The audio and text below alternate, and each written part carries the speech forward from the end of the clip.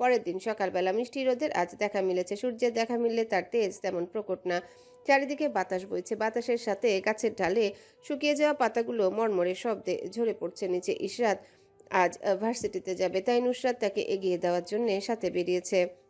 ইশরাতের ভার্সিটিতে কি একটা প্রোগ্রাম আজকে, তাই ইশরাতের সেখানে উপস্থিত থাকা জরুরি। বাড়ি থেকে বের হতে হসপিটাল এসে দুজন লোক নুসরাতের চোখে পড়ল। ফিসফিস করে ইশরাতের উদ্দেশ্যে বলল, ওই দেখ কার্টুনগুলোকে গতকাল থেকে দেখছি আমার পিছু নিয়েছে। ইশরাত আর চোখে লক্ষ্য করলো তাদের। নুসরাতের কথা অনুযায়ী সত্যি দুজনকে দেখতে কার্টুনের মতো দেখাচ্ছে। তারা ওই দুজনকে পাত্তা না দিয়ে সামনে পা বাড়ালো। তারা যত সামনে গেল দুজন তাদের পেছন পেছনে আসলো। ইশরাত সিএনজি উঠে চলে যাওয়ার পর দুজন নুসরাতকে চুপিসারে লক্ষ্য করতে লাগলো। নুসরাত পকেটে হাত রেখে দূর দূরান্তে চোখ সরু করে তাকালো। এটা দুজন নোটিশ করলো। গুরুত্বপূর্ণ কিছু হতে পারে বলে দুজনের নিকট মনে হলো। হেলাল সাহেবকে তথ্যটা জানানোর জন্য কল দিল। 2 রিং হতে কল রিসিভ করলেন তিনি। কিছু জিজ্ঞাসা করার আগে দুজন পরামর্শ করে নিল কি বলবে। বাপাসের লোকটা বলল, অ্যাশমাম তুই বল। এসপাম নামক লোকটা অপর পাশের লোকটাকে বলল। না তুই বল এহসান। দুজনের কথা কাটাকাটির মধ্যে হেলাল সাহেব ধমক দিলেন। জিজ্ঞাসা করলেন, কি গুরুত্বপূর্ণ খবর আমাকে জানাও। এহসান তুমি বলো। এহসান জিওবা দিয়ে ঠোঁট ভিজিয়ে নিয়ে বলে ওঠে, আপনি আমাদের যার উপর নজর রাখার জন্য বলেছিলেন তিনি এখন রাস্তায় দাঁড়িয়ে দূরে কোথাও চেয়ে আছেন। ফোনের অপর পাশে হেলাল সাহেব দাঁতে দাঁত চাপলেন। কিরমিরিয়ে জিজ্ঞাসা করলেন। এই তোমাদের গুরুত্বপূর্ণ খবর? দুজনে একসাথে বলে উঠল, জি হ্যাঁ। ফোন রাখো গাধারা, আর ওর ওপর নজর রাখো। দুজন সামনে তাকিয়ে দেখলো নুসরাত নেই। একসাথে চিৎকার করে উঠে বলে, ম্যাম কোথায় গেল? হেলাল সাহেব রুড়ো গলায় হিসিয়ে বলেন। ওকে তাড়াতাড়ি খুঁজে বের করো, না হলে। হেলাল সাহেব কথা কেটে দিয়ে তারা বলে উঠল। এই তো ম্যামকে পেয়ে গেছি স্যার। হেলাল সাহেব স্বস্তির নিঃশ্বাস ত্যাগ করলেন। হেলাল সাহেব ফোন কাটতে যাবেন, ইসমাম ফোন টেনে নিয়ে গিয়ে ভয়ার্ত কণ্ঠে বলল, স্যার ম্যাম তার থেকে 2-3 বছরের ছোট একটা ছেলেকে ব্যাট দিয়ে পেটাচ্ছেন। হেলাল সাহেবের ছোট ছোট চশমার পেছনে ঢাকা চোখগুলো বৃহদাকার ধারণ করলো। তিনি মেয়েটাকে কতটা ভদ্র সভ্য তার মতো মনে করেছিলেন, আর এখন দেখেন কি শক্ত কণ্ঠে আদেশ দিলেন। নজর রাখো, আর কি কি ঘটে সব আমাকে ইনফরমেশন দাও। দুজন একসাথে বলে ওঠে। Yes sir. ইশরাতের ভার্সিটিতে আজ একটা বিশেষ প্রোগ্রাম রাখা হয়েছে। সেখানে কিছু গণ্যমান্য ব্যক্তিরা আসবেন। এই প্রোগ্রামের মূল কারণ হলো যারা টাকার অভাবে পড়তে পারছে না বা দরিদ্রতার কারণে বিবাহ সম্পন্ন হচ্ছে না, তাদের জন্য একটা ফান্ড খোলা। নাসির সাহেব, শোয়েব সাহেব আর সোহেদ সাহেবকে সেখানে আমন্ত্রণ জানানো হয়েছে। নাসির সাহেব কিছু ব্যস্ততার কারণে প্রথমেই তিনি না করে দিয়েছেন, তাই আজ শুধু শোহেব সাহেব না হয় সোহেদ সাহেব আসবেন। ইশরাতকে ভলেন্টিয়ারের দায়িত্বে রাখা হয়েছে। প্রিন্সিপাল রুমে মিটিং শেষে যখন ক্যাম্পাসে বিশেষ অতিথিদের নিয়ে আসা হলো, ইশরাতের ক্লাসমেটরা সিনিয়র হিসেবে তাদের ফুল দিয়ে বরণ করে নিল। ইশরাত তখনও লক্ষ্য করেন স্টেজে আসা মানুষগুলোকে। অতিরিক্ত মানুষের জন্য পুরো স্টেজ এরিয়া গরম হয়ে উঠেছে। মানুষের সংস্পর্শে দ্বিগুণ ঘেমে যাচ্ছিল। ইশরাত তাদেরই একজন। ঘামের গন্ধে বমির উদ্রেক হলো, তাই ভাবলো ঠান্ডা পানি পান করলে হয়তো বমির উদ্রেক কমবে। ব্যাগ থেকে ঠান্ডা পানি বের করে পান করতে যাবে, অস্বাভাবিকভাবে হাত কেঁপে উঠল। ইশরাত ভ্রু কুঁচকে নিজের হাতের এই অধপতন লক্ষ্য করলো। সেখান থেকে চোখ ফিরিয়ে আনতে নিজের দিকে কারো তীব্র দৃষ্টি অনুভব করলো। মেয়েলি নাজুক শরীরখানা তখনই টান টান শক্ত হয়ে আসলো। ঘাড় ঘুরিয়ে আশেপাশে তাকালো না।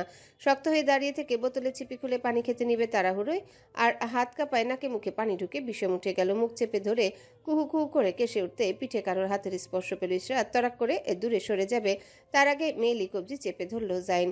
চোখ বড় বড় করে উদ্বিগ্ন কণ্ঠে জিজ্ঞাসা করল, কাম ডাউন ইশরাত, এটা আমি। আগে এটা বলুন, আপনি ঠিক আছেন?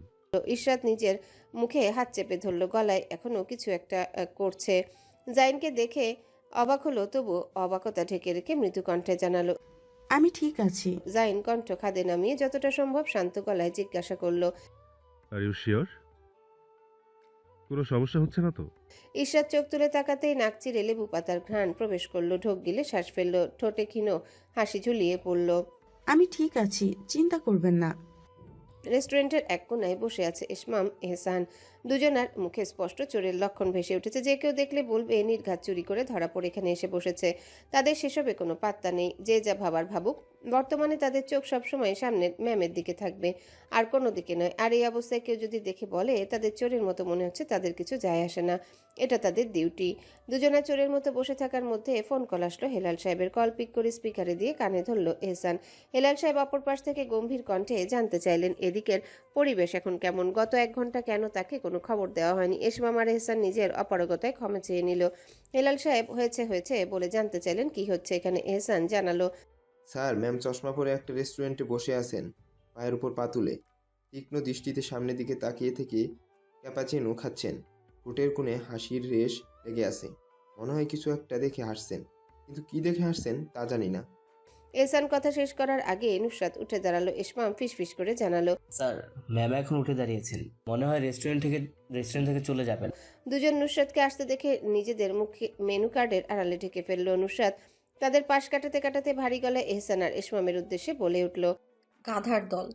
এহসান গুরুত্বপূর্ণ খবর হতে পারে মনে করে হেলাল সাহেবকে উদ্দেশ্য করে বলল, স্যার, এইমাত্র ম্যাম আমাদের পাশ কাটাতে কাটাতে গাদার দল বলে গেছেন। হেলাল সাহেব ফোনের অপর প্রান্তে মাথায় হাত দিলেন, বিড়বিড় করে কিছু একটা বললেন, তারপর মুহূর্তে আদেশ দিলেন। তোমরা এখনো রেস্টুরেন্টে বসে আছো? জি স্যার। হেলাল সাহেব ধমক দিয়ে বললেন, বসে আছো কেন? যাও ওর পিছু করো, না হলে একটা টাকাও পাবে না। দুজন একসাথে উঠে দাঁড়িয়ে একসাথে বলে উঠল। Yes sir. উন্দাল কিং কাবাব রেস্টুরেন্টে মেয়েদের ভিড়ে বসে আছে ইরহাম। চারিদিক থেকে মেয়েরা ইরহামকে ঘিরে রেখেছে। তাদের মধ্যে একজন আসামির ন্যায় মুখ কুঁচকে বসে আছে। সে নিজের বোকামিতে নিজেই বিরক্ত। আজ যদি এখানে না আসতো তাহলে বিপদ এসে তার মাথায় পড়তো না। ইরহাম ক্ষীণ কণ্ঠে বলে উঠল, ছোট ভাই মনে করে আমাকে ক্ষমা করে দাও আমার বোনেরা। আমার মতো বাচ্চা ছেলে তোমাদের সাথে এসব করতে পারে, আর করে থাকলে আমি সেটা বুঝে করিনি।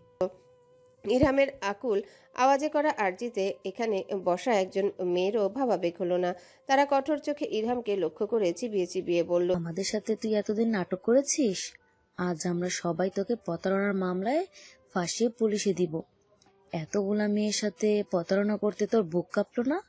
তোর মতো বদমাশ ছেলেকে পুলিশের লাঠির বাড়িতে হাত থেকে আজ কেউ রক্ষা করতে পারবে না। ইরহাম নিষ্পাপ মুখ বানিয়ে বসে থাকলো মেয়েগুলোর মধ্যে। নিজ মনে নিজেকে হাজারখানেক গালি দিল। সৌরভীকে নিয়ে বাহিরে উন্দাল কিং রেস্টুরেন্টে খেতে এসেছিলেন নিজাম শিকদার। এখানে আসার পর ইরহামকে মেয়েদের দ্বারা এমন ঘেরাও দেখে লজ্জায় চোখ ঢেকে ফেললেন। সৌরভীকে শক্ত কণ্ঠে বললেন, নাউজিবিল্লা, দেখ তোর বান্ধবীর ভাইয়ের নমুনা। তোকে আমি কতবার না করেছি সৈয়দ বাড়ির এই 3 নমুনার সাথে না মিশতে, তবু আমার নিষেধাজ্ঞা না মেনে ওই বেয়াদবের সাথে থাকিস। আর ওই বেয়াদবের সাথে এই বদমাস সারা দিন আটার মতন লেগে থাকে। এসব দেখেই তো আমার চোখ ঝলসে যাচ্ছে একদম। ছি ছি, আল্লাহ হেদায়েত দান করুক ওদের। সৌরভী আড়ষ্ট গলায় নিজাম শিকদারকে আশ্বস্ত করে বলে, আর মিশবো না ওদের সাথে। নিজাম শিকদার রাগে রিরি গলায় বললেন, দেখো মেয়েদের মাঝখানে কিরকম বসে আছে। পুরুষ মানুষ হয়েও এর চাহনি দেখলে আমার ঘৃণায় গা গোলায়। বদমাসের মতন মেয়েদের দিকে চেয়ে থাকে, আমার দিকেও কেমন করে তাকাই। সৌরভী সূক্ষ্ম ঢোক গিলল, জিহবা দিয়ে ঠোঁট ভিজিয়ে নিয়ে ফিসফিস করে বলল, আর মিশবো না ওদের সাথে বলছি তো। এবার তুমি চিৎকার করা বন্ধ করো দাদা। নিজাম শিকদার সতর্কীকরণ কণ্ঠে সৌরভীকে সাবধান করে জানালেন। মনে থাকে যেন, না হলে আমার থেকে খারাপ আর কেউ হবে না। সৌরভী হ্যাঁ ভঙ্গিতে মাথা নাড়ালো। নিজাম শিকদার খাবার অর্ডার বাদ দিয়ে উকি দিয়ে চেয়ে রইলেন ইরহামের সাথে মেয়েগুলো কি করে তা দেখার আশায়। ইরহাম মেয়েগুলোকে আবারও বোঝানোর জন্য বলে, প্লিজ, আমি বুঝতে পারিনি। নিজেদের ভাই ভেবে আমাকে আজকের মতো ছেড়ে দাও, আর জীবনেও ওসব করব না। একটা মেয়ে হাত তুলে তেড়ে আসলো তার দিকে। চোখ রাঙিয়ে ইরহামকে শাসালো। হিসিস কণ্ঠে বলল, একটা শব্দ না, মুখ সেলাই করে রেখে দিব। ইরহাম মুখ কেটে বসে রইল। নিজাম শিকদার সৌরভীকে উদ্দেশ্য করে বললেন, ভালো হয়েছে, বেশ হয়েছে। বেশি কথা বললে এভাবে ধমক খেতে হয়। বদমাস ছেলে, নির্লজ্জ ছেলে, কতগুলো মেয়ের সাথে রঙ্গলীলা করছিল। অতি চালাকের গলায় দড়ি। হ্যাঁ। এর মধ্যে কাছের দরজা ঠেলে নুসরাত প্রবেশ করলো রেস্টুরেন্টে। চোখে মুখে তার স্পষ্ট উদ্বেগ ফুটে উঠেছে। চোখ আশেপাশে ঘুরাতে ইরহামকে 2 হাত সামনে এনে নিষ্পাপ বাচ্চার মতো ঠোঁট উল্টে বসে থাকতে দেখলো নুসরাত। দ্রুত পায়ে এগিয়ে আসলো সেদিকে। নিজাম শিকদার বিড়বিড় করলেন, আরেক নমুনা আসছে, দেখো এখন এ আবার কি নাটক করে। সৌরভী নিজের দাদার দিকে চেয়ে রইল পাংশুটে বর্ণের মুখ বানিয়ে। সে আসলে বুঝতে পারে না তার দাদা নুসরাত আর ইরহামের সাথে সমস্যাটা কোথায়। কোনো সমস্যা নেই, এমনি শুধু শুধু নুসরাতের উপর চড়াও হয় বুড়ো লোকটা। সৌরভী আগ্রহী চোখে সামনে উকি দিল, দেখার আশায় কি করে নুসরাত। দেখলো নুসরাত মেয়েগুলোর মাঝখান থেকে টেনে বের করে নিয়ে আসছে ইরহামকে। একাই পুরুষালী শরীরটা একটানে তুলে নিয়ে এসেছে চেয়ার থেকে। তারপর মেয়েগুলোর দিকে তাকিয়ে শক্ত চোখে চেয়ে রগরগে কণ্ঠে জিজ্ঞাসা করলো। ওকে এভাবে কে বেঁধে রেখেছে? একটা মেয়ে নুসরাতের মুখোমুখি দাঁড়িয়ে শক্ত কণ্ঠে বলে উঠল। আমি বেঁধে রেখেছি। কি করবে আমায়? মারবে? নুসরাত ঘাড় কাত করে হাসলো। মেয়েটা আবার চিৎকার করে কিছু বলতে নিবে নুসরাত দুহাত দিয়ে মেয়েটার মুখ চেপে ধরলো। নিজের ঠোঁটে হাসি বজায় রেখে মেয়েটার কানের কাছে মুখ নিল। মেয়েটা তার তুলনায় কিছু খাটো হওয়ায় নুসরাতকে ঘাড় একটু বাঁকাতে হলো। সামান্য ঝুঁকে ফিসফিস করে বলে ওঠে। আমি নুসরাত নাসির কি করতে পারি তা তোমার ধারণার বাইরে। আর ধারণা করতে পারলে তোমার রুহ কেঁপে উঠবে। প্রথম এবং শেষবারের মতো সাবধান করে দিচ্ছি, একদম আমার সাথে উঁচু গলায় কথা বলার চেষ্টাও করবে না। নুসরাত নিজের হাতের আঙ্গুল করে স্পর্শ করলো মেয়েটার গলার কাছে। মেয়েটার ঘাড়ের চামড়ায় কিছুক্ষণ হাত বোলালো নুসরাত। মেয়েটা একটুক্ষণের জন্য নিজের ঘাড়ে সামান্য ব্যথা অনুভব করলো। তীক্ষ্ণ চোখে চেয়ে নুসরাতকে কিছু বলতে নেবে ইরহাম নুসরাতকে টেনে সরিয়ে দিল পাশে। দুহাত সামনে এনে জোর করে মাপ চেয়ে নিয়ে বলল। বোনেরা, আমার মাফ করে দাও। তোমাদের হৃদয় নিয়ে ছিনিমিনি খেলায় আমি মোটেও কষ্ট বোধ করছি না। গর্বে আমার বুক ফুলে উঠছে বারংবার। কথাটা শেষ করে নুসরাতের দিকে চোখ বোলাতে ইরহামের চোখে মুখে ভয়ের ছাপ ফুটে উঠল। এই মেয়ে এভাবে তাকিয়ে আছে কেন ওই মেয়ের দিকে? তাকে বাঁচাতে এসে নিজে দ্বন্দ্বে লেগে গেছে পাগলটা। এর জন্মের সময় হয়তো মাথার দু একটা তার ছিঁড়ে গেছে, নয়তো বেঁকে গেছে। ইরহাম নিজের চিন্তাগুলো করতে করতে মেয়েটার গলার দিকে সূক্ষ্ম দৃষ্টি নিক্ষেপ করলো। আর তখনই চোখে ভাসে লাল তরল রঞ্জক। যা ভেবেছিল তাই ব্লেড বসিয়ে দিয়েছে পাগল ওই মেয়ের গলায়। ইরহাম নুসরাতকে নিয়ে যত তাড়াতাড়ি সম্ভব এখান থেকে পালানোর চিন্তা করলো। এখানে থাকলে নির্ঘাত সে আর নুসরাত গণধোলাই খাবে, তাই গণধোলাই খাওয়ার আগে পালানোই শ্রেয়। নুসরাতকে ধাক্কা দিল মেন ডোরের দিকে। যদি মেয়েটা নড়ল না, অটল দাঁড়িয়ে থেকে ওই মেয়ের ঘাড়ের দিকে সূক্ষ্ম দৃষ্টি বুলালো। বুঝতে চাইলো হয়েছে কিনা ঠিকঠাক ক্ষত। ঠোঁটে হাসি ঝুলে স্থির চেয়ে রইল মেয়েটার দিকে, যেন খুবলে ছিঁড়ে নিবে মেয়েটাকে। নুসরাতের মুখের অবস্থা ভালো না। ইরহাম অনুভব করলো এখানে আর 2 মিনিট থাকলে এই মহিলা নিজের রাগের বোমা ফাটাবে। ওই মেয়ের আজ সর্বনাশ নিশ্চিত। তাই নিজে বাঁচতে নুসরাতকে বাঁচাতে আর ওই মেয়ের যান বাঁচানোর জন্য ইরহাম নুসরাত না নড়া সত্ত্বেও টেনে নিয়ে যেতে লাগলো। কিছুটা দূরে গিয়ে পুরুষালী মুখ উল্টে ভেঙচি কাটলো মেয়েগুলোকে। দরজার সামনে দাঁড়িয়ে বলল। তোমরা আমার আর কোনো বাল ছিঁড়তে পারবে না। আমি তো ভেগে গেলাম। তোমরা গাধারা এখন থেকে আমার আর একটা বালেরও সন্ধান পাবে না। ইরহাম অট্টহাসি হেসে নুসরাতকে ধাক্কিয়ে ধাক্কিয়ে নিয়ে বের হলো রেস্টুরেন্ট থেকে। দূরে বসা নিজাম শিকদার নিজের ঘোলাটে চোখজোড়া নাতনির দিকে স্থির করলেন। রাগী কণ্ঠে বললেন। দেখেছিস মুখের ভাষা কি খারাপ? আর এদের সাথে তুই সম্পর্ক রাখিস? এই দেখ, 20 জন মেয়েদের মধ্যে একা বসেছিল। একা এদের সাথে সম্পর্ক গড়ে তুলেছিল ওই বদমাশটা। এদের সাথে খারাপ কাজ করেনি, তার কি কোনো নিশ্চয়তা আছে তোর কাছে? সৌরভ, সময় থাকতে শুধরে যা, না হলে তোর কপালে শনি আছে। এদের সাথে মেশা বাদ দিয়ে দে। সৌরভী নিজাম শিকদারের সাবধানী বাণী এক কান দিয়ে ঢুকালেন, অন্য কান দিয়ে বের করে দিল। বিশেষ পাত্তা দিল না দাদার কথায়। হাসি হাসি মুখ করে নিজাম শিকদারের শুভ্র রাগী মুখ অবলোকন করলো আর শব্দ করে শুধু হাসলো। হেসে উড়িয়ে দিল কথাগুলো।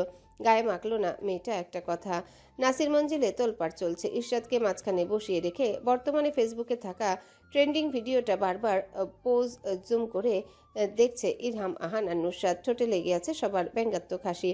তাদের মধ্যে শুধু ইশরাত বিরক্তিকর মুখ বানিয়ে বসে আছে। মুখের ত্বক দেখলে বোঝা যাচ্ছে সে এটা দাঁতে দাঁত চেপে সহ্য করছে, না হলে তাকে এখানে বসানোর সাধ্য কারণ নেই। নুসরাত 15 সেকেন্ডের ভিডিওটা গত 10 মিনিটে শখানেকবার দেখে নিয়েছে। ইরহাম আর আহান ভিডিওটা দেখে হাসতে হাসতে গড়াগড়ি খেলেও নুসরাত মনোযোগ সহকারে ভিডিওটা দেখছে। নুসরাতের এত মনোযোগিতা দেখে ইশরাত নিশ্চিত হয়ে গেল এই মেয়াদ সারা রাত এই বিষয় নিয়ে তাকে হাজারবার টিজিং করবে। শেষ পর্যন্ত সবার অপেক্ষার অবসান ঘটিয়ে রিমোট চেপে ভিডিওটা অফ করে দিল নুসরাত। নুসরাতকে ভিডিও বন্ধ করে দিতে দেখে ড্রয়িং রুমের পরিবেশ নীরব হয়ে আসলো। নুসরাত কিছুক্ষণ নীরব থেকে ইশরাতের পাড়ে চেয়ে হাহা করে হেসে উঠল। হাসির তোরে সারা গা দুলে উঠল তার। একবার ঢলে পড়লো ইরহামের গায়ে, তো একবার আহানের গায়ে। হাসতে হাসতে কথা বলতে নিল ভিডিও বিষয়ক। মুখ দিয়ে একটা শব্দ বের হলো না, শুধু ভো ভো আকার কিছু শব্দ বের হলো। এমনি কোনো কারণ ছাড়া সোফায় ঝুলে পেট চেপে হেসে গড়াগড়ি খেলো। ইশরাত ভিডিওটার মধ্যে হাসির কোনো কারণ পেল না। নর্মাল একটা ভিডিও নিয়ে হাসছে। হয়তো বাইরা পাগল। এবারই সব মানুষের মাথায় সমস্যা আছে, সে এতদিনে যা বুঝেছে। আর এই 3 জনের মাথায় সবচেয়ে বেশি সমস্যা আছে। নুসরাতের হাসি দেখে ইরহাম ও হেসে গড়াগড়ি খাচ্ছে। হঠাৎ নুসরাত নিজের মুখ বন্ধ করে নিল। হাসি থামিয়ে গম্ভীর মুখ করে উঠে দাঁড়ালো। ইশরাত স্পষ্ট বুঝতে পারলো এখন নুসরাত কি করতে যাচ্ছে, আর তাই হলো। নুসরাত সামনে দাঁড়িয়ে গম্ভীর মুখ বানিয়ে ইরহামকে বলে ওঠে। ইশরাত, ঠিক আছেন আপনি? ইরহাম কোমল কণ্ঠে গলায় ইশরাতের মতো কিছুটা মিষ্টতা এনে বলে ওঠে। হ্যাঁ জনাব, আমি ঠিক আছি। নুসরাত নিজের জায়গায় স্থির থাকলো। ইরহাম ততক্ষণে সোফা থেকে উঠে গিয়ে তার পাশে দাঁড়িয়েছে। নুসরাত তীক্ষ্ণ চোখ করে জাইনের মতো মুখভঙ্গি রাখার চেষ্টা হলো সেরকম। মেয়েটা হাত বাড়িয়ে ইরহামের থুতনি চেপে ধরে জিজ্ঞাসা করলো। Are you sure Begum? Irham আমতা আমতা করে লজ্জার সাগরে ডুবে গিয়ে বলল। হ্যাঁ জনাব, আমি ঠিক আছি। দুজনের কথা শেষ করে অট্ট হাসিতে ঢলে পড়ল। টাইলসের মেঝেতে ধূপধাপ হাসতে হাসতে একজন আরেকজনের গায়ে পড়ল। ইশরাত মুখভঙ্গি শক্ত রাখার চেষ্টা করলো, হলো না।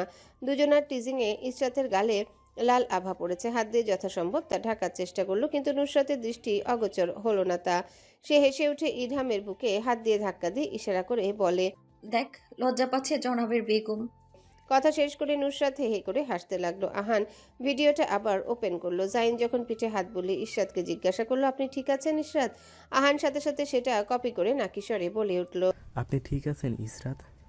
নুসরাত ওড়না আড়ালে মুখ ঢাকলো। লজ্জা পর মতো করে মুখ উল্টো পাশে ঘুরিয়ে নিল। বাংলা সিনেমার আগেকার নায়িকাদের মতো উল্টো পাশ থেকে মাথা ঘুরিয়ে এক হাত দিয়ে কপালে চেপে ধরে অন্য হাত দিয়ে বুকের বাঁ পাশ চেপে ধরে বলে উঠল। জনাব, আমি আপনার প্রেমে পড়ে অন্ধ হয়ে গিয়েছি। আমি এখন আর ঠিক নেই, আমি ঠিক নেই। ড্রয়িং রুমে বসে কখন থেকে হাসছে তিন ভাই বোন। তাদের মধ্যে মুখ গোমড়া করে বসে আছে একমাত্র ইশরাত। সেই তিনজনের আচরণে বিরক্ত। তাদের হাসি তামাশার মধ্যে এসে যোগ দিল আরও এক নমুনা। এতক্ষণ সে পড়তে ব্যস্ত ছিল, পড়াশোনা শেষ করে এসে বসেছে তাদের পাশ ঘেঁষে। মম, নুসরাত, আহান আর ইরহামের কথা শুনে নিজেও হে হে করে হাসতে লাগলো সবার সাথে তাল মিলিয়ে। ইরহাম টিপ্পনি কেটে বলে উঠল। এমন হাজবেন্ড আমিও তো ডিজার্ভ করি। নুসরাত হেসে নিয়ে বলে। এসব তোর ভাগ্যে নেই রে পাগলা। আহান হা হা শব্দ করে হেসে উঠল। লজ্জা পাওয়ার মতো ভঙ্গি করে বলে উঠল। কেন থাকবেন না? তুই কি লেসবিয়ান যে তোর ভাগ্যে হাজবেন্ড থাকবে? ইরহাম আর আহান দু হাত দিয়ে গালে তবা তবা করলো। ইরহাম দুপাশে মাথা নাড়িয়ে বলল। না, আমি কেন লেসবিয়ান হতে যাব? আমি পিওর কাপুরুষ, আই মিন পৌরুষ। ইরহামের কথায় পুরো ড্রয়িং রুম হাসির ধমকে কেঁপে উঠল। ইশরাত এবার কথা বলল তাদের মধ্যে। সে শান্ত কণ্ঠে আরাম করে সবার মাঝে বসে বলতে লাগলো। যা, আমি দোয়া করে দিলাম নুসরাতের মতো ওয়াইফ ম্যাটেরিয়াল একটা মেয়ে তোদের ভাগ্যে যেন জুটে। আহান লাফ মেরে উঠে দাঁড়ালো। ইরহাম আর্তনাদ করে উঠল, দু হাতে মাথা চেপে ধরে বলে উঠল। এত বড় অভিশাপ দিও না আপি। আমি নিষ্পাপ বাচ্চা অকালে মারা যাব। এর চেয়ে ভালো তুমি আমায় কুয়ায় ঝাঁপ দিতে বললে, সেটা আরও সহজ হতো। নুসরাত ইরহামের টিপ্পনিতে বিরক্ত হয়ে পা তুলে লাথি মারল পেছন দিকে। ব্যঙ্গাত্মক গলায় ইরহামকে নকল করে আওড়ালো। এত বড় অভিশাপ দিও না আপি। আমি নিষ্পাপ বাচ্চা, অকালেই মরে যাব তাহলে। তো মরে যা না, আমরা কি আটকে রেখেছি তোকে? ইরহাম নিজে নুসরাতের কাঁধে দুটো কিল বসালো ধুপধাপ করে। রাগী কণ্ঠে বলল। তুই মরে যা। আমি এখনো আমার একটাও বাচ্চা জন্ম হতে দেখিনি। বাচ্চা জন্ম হবে, বাচ্চার বিয়ে খাবো, আমার বাচ্চার বাচ্চা দেখব, তারপর গিয়ে আল্লাহর ইচ্ছে হলে মরবো, না হলে আরও কয়েক জীবন বাঁচার শখ আছে। এখন তুই চাইলে মরে যেতে পারিস, কারণ এই পরিবারের অলস একটা প্রাণী তুই। মরে যা শালি। নুসরাত চিৎকার করে বলে উঠল। পশ্চাৎ দেশে এমন লাথি মারবো তোর, আমাকে আরেকবার মরে যাওয়ার কথা বললে? তুই মরে যা, তুই মরে যা, তুই মরে যা শালা। নুসরাত আর ইরহাম ভালোই ভালোই কথা বলতে বলতে সেটা কাটাকাটি থেকে হাতাহাতিতে চলে গেল। দুজন দুজনের দিকে খাপা সারে নে এগিয়ে গিয়ে একজন আরেকজনের চুল টেনে ধরল। চুল ধরে সর্বশক্তি দিয়ে দু একটা ঝাঁকুনি দিল। দুজনার থেকে দুজন কম না, মুখের সাথে একই গতিতে চলল হাত পা। আহান দাঁড়িয়ে সোফার উপর দুজনকে চিয়ার আপ করছে, হাত মাইকের মতো মুখের কাছে চেপে ধরে বলছে। তো দর্শকবৃন্দ, আজ আপনাদের সাথে আমি সৈয়দ আহান নওফিল দুজন সারের লড়াই সামনাসামনি আপনাদের দেখাতে যাচ্ছি। আইজারা নিউজ টিভি থেকে এই দুই সার প্রথমে একজন ভদ্রমহিলাকে টিপ্পনি কেটে হয়রানি করার চেষ্টা করেছে। তারপর নিজেরা নিজেদের সাথে কথা বলতে বলতে মুখ চালাতে লাগে। প্রথমে কথা কাটাকাটি হলেও শেষ পর্যন্ত তা হাতাহাতিতে পৌঁছে যায়। এখন কোনো কোনো সার এই যুদ্ধে বিজয়ী হয় তা দেখার জন্য আমি আহান এবং আজেরা টিভির সাথে থাকুন। একপাশে নুসরাত আর ইরহাম চিৎকার করে বাড়ি মাথায় তুলে ফেলেছে। অন্যদিকে আহানের উল্টাপাল্টা তথ্য সম্পাদনে ইশরাতের মাথা ধরে গেল। শক্ত মুখ বানিয়ে নিজের জায়গা থেকে উঠে দাঁড়ালো সে। চোখ দিয়ে মামাকে ইশারা করলো নুসরাতকে সরানোর জন্য। সে গেল ইরহামের দিকে। দুজন দুদিক থেকে টেনে নুসরাত আর ইরহামকে সরাতে চাইল, কিন্তু দুজনের হাতাহাতিতে মাঝখান থেকে আঘাতপ্রাপ্ত হলো ইশরাত আর মম। আহান আবারও মাইকের মতো হাত মুখে পেঁচিয়ে নিয়ে বলে উঠল। আপনারা হয়তো দেখছেন দুইজন হাতি ওই দুটো ষাঁড়কে থামাতে গিয়ে নিজেরা আঘাতপ্রাপ্ত হয়েছে। আমি বুঝেছি মানুষ, সরি মিস্টেক, দুটো হাতি কেনা যায় দুটো খ্যাপা ষাঁড়কে যুদ্ধ থামাতে, এতে তো আঘাতপ্রাপ্ত নিজেরা। আমি এক ক্ষুদ্র পিঁপড়া, এসবে আমার কোনো লেনদেন নাই। পরবর্তী কথা জানতে চোখ রাখুন আজাইরা টিভিতে। আমি বিশিষ্ট মিচকে শয়তান পিঁপড়া সৈয়দ আহান নওফিল আপনাদের সাথে আছি। আহানের বকবক আর নুসরাত আর ইরহামের ঝগড়া থামলো না যতক্ষণ পর্যন্ত নাজমিন বেগম এসে খুন্তি দিয়ে দুঘা করে পাঁচজনের পিঠে না লাগালেন। ততক্ষণ পর্যন্ত নাজমিন বেগম খুন্তির বাড়ি খেয়ে পাঁচজন মুখ চুপসে মাথা নিচু করে বসে রইল। চোরের মতো মুখের ভাবভঙ্গি করে একে অন্যকে অবলোকন করতে লাগলো। ইশরাত পিঠে হাত বুলিয়ে চোখ খিচে মিনমিন করে জানতে চাইল, আমাকে মারলে কেন? নাজমিন বেগম তেরে এসে বললেন, চুপ, একদম চুপ। নাজমিন বেগমের ধমকে ইশরাত মুখ চুপসে নিল। নুসরাত আর আহান নাজমিন বেগমের ধমকে হে করে হেসে উঠে মুখ চেপে ধরল সোফার মধ্যে। ইরহাম বিরস মুখ করে শঙ্কিত গলায় কিছুটা ভয় নিয়ে জিজ্ঞাসা করল, ডার্লিং, ওয়াই ইউর মাথা ওয়াজ সো গরম? ইরহামের প্রশ্নে মম হিহি করে হেসে উঠল। নুসরাত আর আহান দুজন গড়াগড়ি খাচ্ছে একজন আরেকজনের গায়ে। নাজমিন রেগে ফোঁস করে উঠে বিড়বিড়িয়ে আওড়ালেন, নির্লজ্জ সবগুলো। আকস্মিক কিছু মনে হওয়ার ভঙ্গিতে উঠে বসলো, চোখ বড় বড় করে বলে, আজ কি হয়েছে জানো আপি আমাদের স্কুলে? নাজমিন বেগম খুন্তি হাতে নিয়ে বসে পড়লেন জানার জন্য কি হয়েছে। নাজমিন বেগম চেয়ার টেনে তাদের সাথে বসায় কারোরই ভাবাবেগ হলো না। আহান সতর্ক আওয়াজে আগে নিশ্চিত হয়ে নিল। মেজো আব্বু বাড়িতে আছেন? নাজমিন বেগম ধৈর্যহীন কণ্ঠে বললেন, নেই। এবার তাড়াতাড়ি বলো কি হইছে। আহান আরাম করে বসে বলে উঠে, ওই যে আমার বন্ধুর কথা মনে আছে, সেই দিন বললাম ওর গার্লফ্রেন্ড ব্রেকআপ করে আল্লাহর নামে কসম কেটে নিল যে একজন আরেকজনের সাথে আর জীবনেও রিলেশন করবে না। আর আজ তারা ভাই বোন, কিন্তু সেই দিন আবার দেখি নিব্বা নিব্বি হাত ধরে হাঁটাহাঁটি করছে। মানে কি পরিমাণে নির্লজ্জ এরা! 2 দিন পর পর ব্রেকআপ করে, আবার 2 দিন পর পর একজন আরেকজনের সোনা পাখি বলে হাত জোড়াজোড়ি করে। ঈশা তার মম একজন আরেকজনের দিকে তাকে ইতস্তত করে দুজন একসাথে বলে উঠল, জীবনে আমরা কি করলাম? এই বয়সে বাচ্চাগুলো রিলেশন করে, আর আমরা? আহান চেঁচিয়ে উঠে বলে, তোমরা দুইজনের জীবনে বাবাজিকে লাড্ডু করেছো। নাজবিন বেগমও হেসে উঠলেন। নিজের এতক্ষণে গরম হওয়া মস্তিষ্ক কিছুটা ঠান্ডা হয়ে এসেছে। আহান আরো কিছু বলছিল, নাজবিন বেগম তা শুনলেন না। দ্রুত পায়ে চলে গেলেন রান্না করতে। রাতে ঈশা আর নুসরাতের কাছ থেকে জেনে যাওয়া যাবে এই ভেবে। আকাশে মেঘের ভেলা জমেছে, পাখিরা দল বেঁধে ফিরছে নিজেদের নীড়ে। পশ্চিম আকাশ লাল লালিমায় ছেয়ে আছে। পরন্ত বিকালের মিঠে রোদ এসে পড়ছে সৈয়দ বাড়িতে। পর্দা টেনে রাখার জন্য সেই রোদ তা ভেদ করে ভেতরে প্রবেশ করছে না। ড্রয়িং রুমের সোফায় বসে কিছু একটা চুপচাপ ভাবছেন হেলাল সাহেব। মুখ গম্ভীর করে রাখা, নিজের মনে চাল চালছেন। হাত স্থির নেই সোফার উপর, তা দিয়ে বারবার হাত বুলাচ্ছেন নিজের আধা পাকা ছোট ছোট দাড়িতে। হেলাল সাহেবের চিন্তায় ভাটা দিয়ে কর্কশ কণ্ঠে প্যান্টের পকেটে রাখা ফোনটা বেজে উঠল। হেলাল সাহেব নড়ে চড়ে বসে ফোনটা ধরে কানে লাগালেন। হ্যালো মুখ দিয়ে বের করতে ওপাশ থেকে ইসমামের নাকি কান্নাস্বর ভেসে এলো। ইসমাম বলছে, স্যার। হেলাল সাহেব নাক কুচকে জিজ্ঞাসা করলেন, কি? নিজ মনে নিজেকে দুটো গালি দিতেও ভুললেন না। কোন আজাব এসে তার মাথায় পড়েছিল যে এদের মতো 2 মাথা মোটা গাধাকে সে ইশরাতের উপর নজর রাখার জন্য দিয়েছিল। তার বিতৃষ্ণা আরো একটু বাড়ি দিয়ে এহসান বলে উঠে, স্যার। হেলাল সাহেব দাঁতে দাঁত চেপে জিজ্ঞাসা করলেন, ছাগলের মতো সারসার না করে কি হয়েছে বলো? ইসমাম ফোনের ওপাশ থেকে হু করে কেঁদে উঠল। চোখের কোণে জমা হয় একটা পানি হাত দিয়ে মুছে নিয়ে দুঃখে ভারাক্রান্ত মনে বলে, ম্যাম আমাদের ধরে ক্রিকেট ব্যাট দিয়ে পিটিয়েছেন। কি? হেলাল সাহেবের মুখ দিয়ে অনাকাঙ্ক্ষিতভাবে শব্দগুলো বের হয়ে আসলো। নিজের মুখ হাত দিয়ে চেপে ধরে ফিসফিস করে জানতে চাইলেন, কিভাবে? স্যার আমরা ম্যামের উপর নজর রাখছিলাম, হঠাৎ করে উনি কোথাও উধাও হয়ে গেলেন। আমি আর এহসান যখন ম্যামের খোঁজ করছিলাম আশেপাশে, তখন পেছন থেকে এসে আমাদের ম্যাম টোকা দিলেন। আমি আর এহসান তড়াক করে পেছনে তাকাতেই দেখি ম্যাম আমাদের দিকে চেয়ে ঠোঁট টিপে হাসছেন। তারপর বললেন, ওদিকে কি দেখছো? আমি এখানে। আমাকেই খুঁজছিলেন। আমরাও ভদ্রতার সাথে হ্যাঁ ভঙ্গিতে উপর নিচ মাথা নাড়াতেই উনি হেসে উঠলেন। তারপর হাতের ব্যাট দিয়ে আমাকে রেসানকে কোনো কিছু বুঝে ওঠার আগে ধুমধাম কয়েকটা লাগিয়ে দিলেন।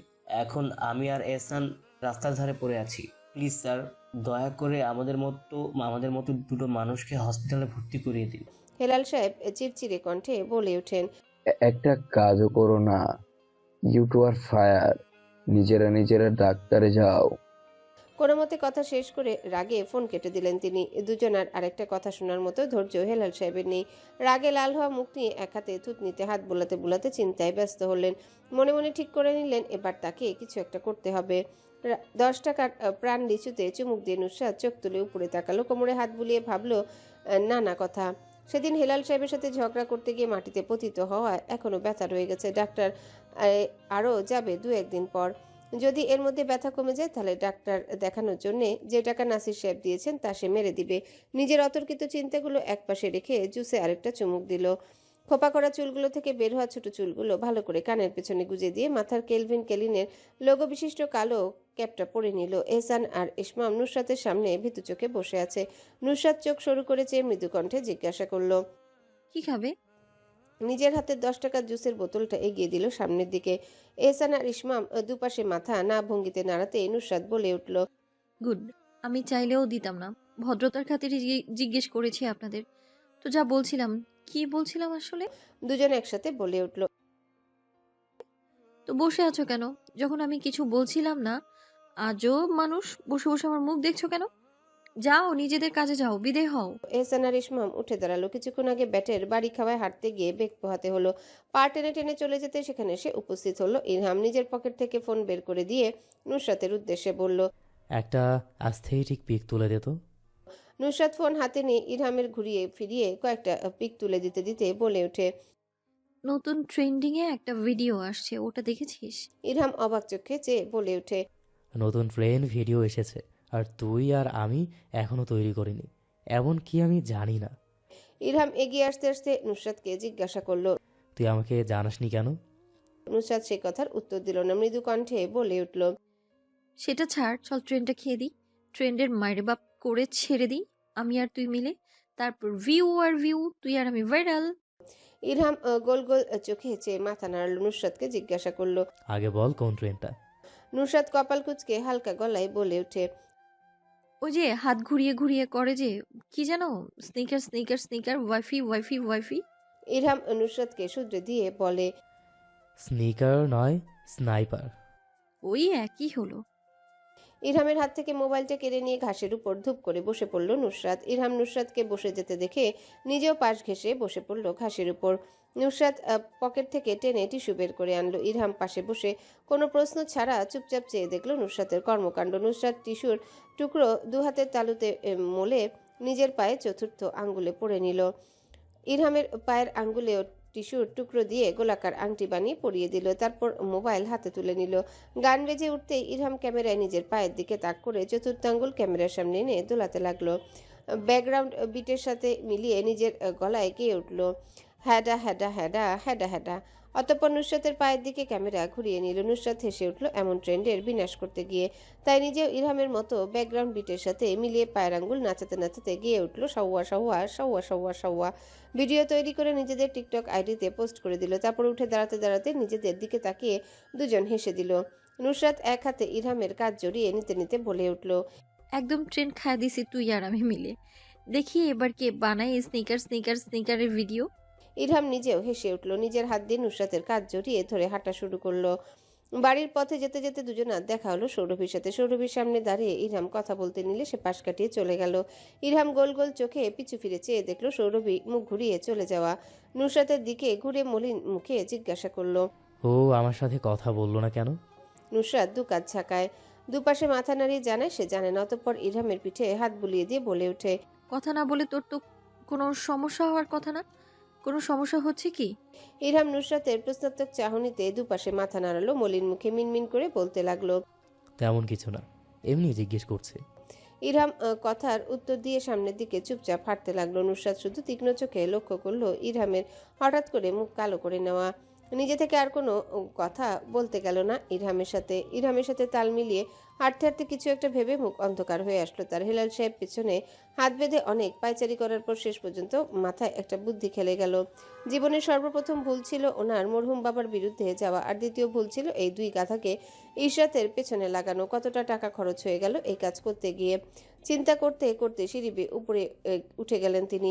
নিজের রুমে না গিয়ে অগ্রসর হলেন আরশের রুমের দিকে। দরজা ঠেলে ভেতরে ঢুকতে নাকে এসে লাগলো পুরুষালী পারফিউমের সুগন্ধ।